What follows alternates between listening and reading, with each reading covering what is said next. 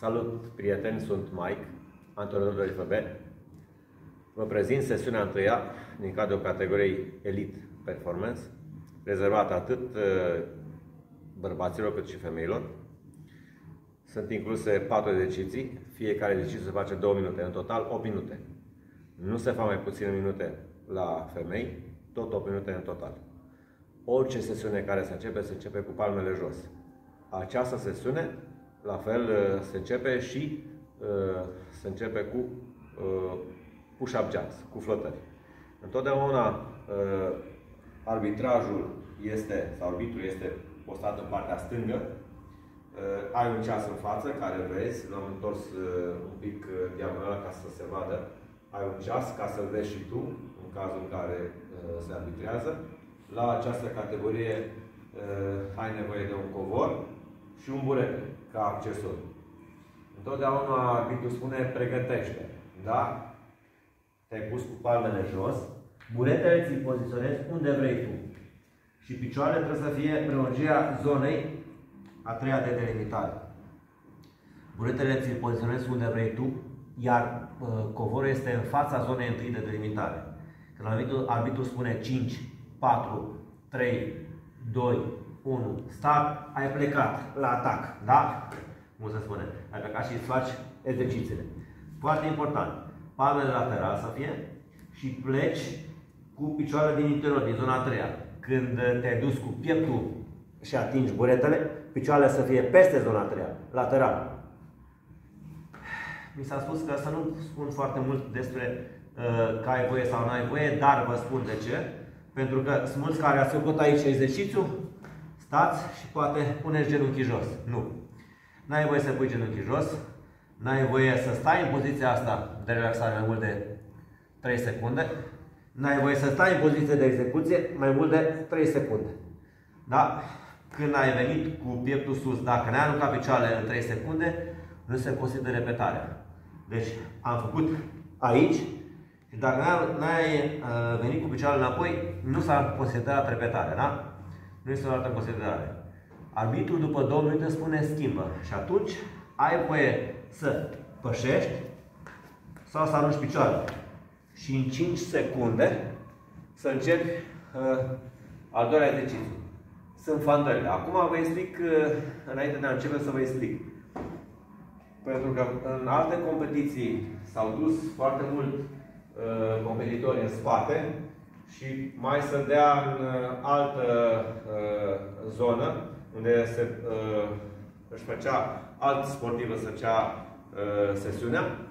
Am delimitat de aici, de la capătul zonei 2 până la final, aici, capătul zonei 3, aici aveți 1,5 metru.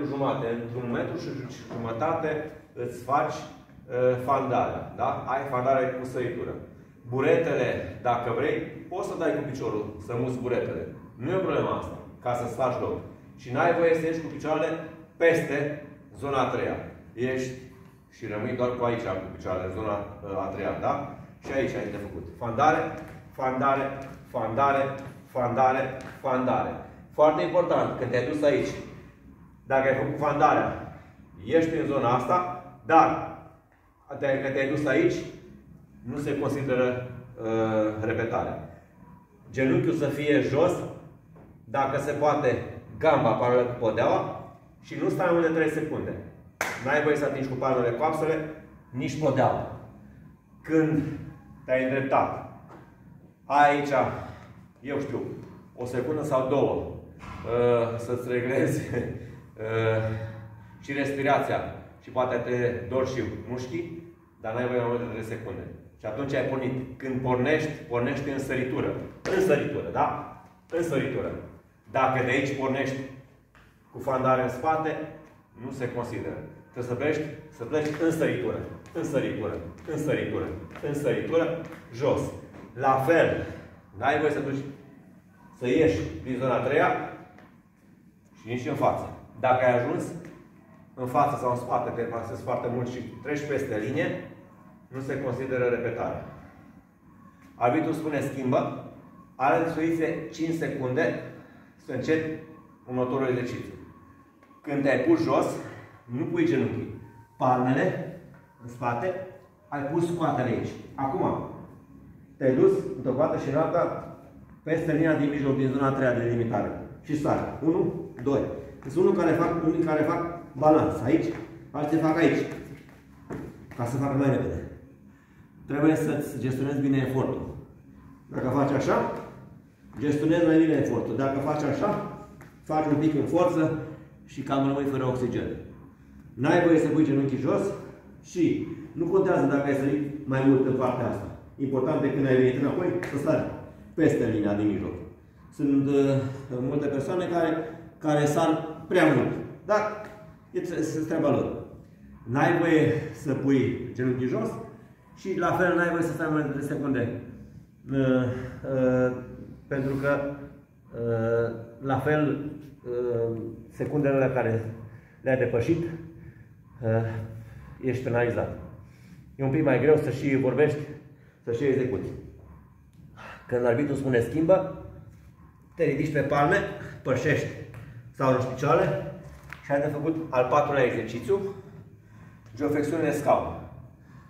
Pleci cu picioarele în interior sau din exterior, cum vrei, nu contează. Dar când ai plecat în geoflexiune în jos, cu axa paralelă cu poteaua, dacă poți spatele drept, sau șezuta mai jos, ai sărit, geoflexiune, ai sărit, geoflexiune, ai sărit, geoflexiune, ai sărit, geoflexiune. Foarte important.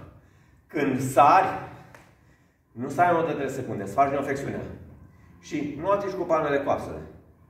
De ce nu atingi cu palmele coapsele? Se consideră faptul că vrei să te simți obosit și vrei să te relaxezi.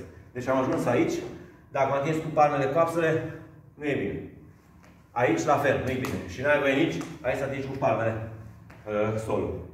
După cele 8 minute, arbitrul spune stop și a terminat sesiunea.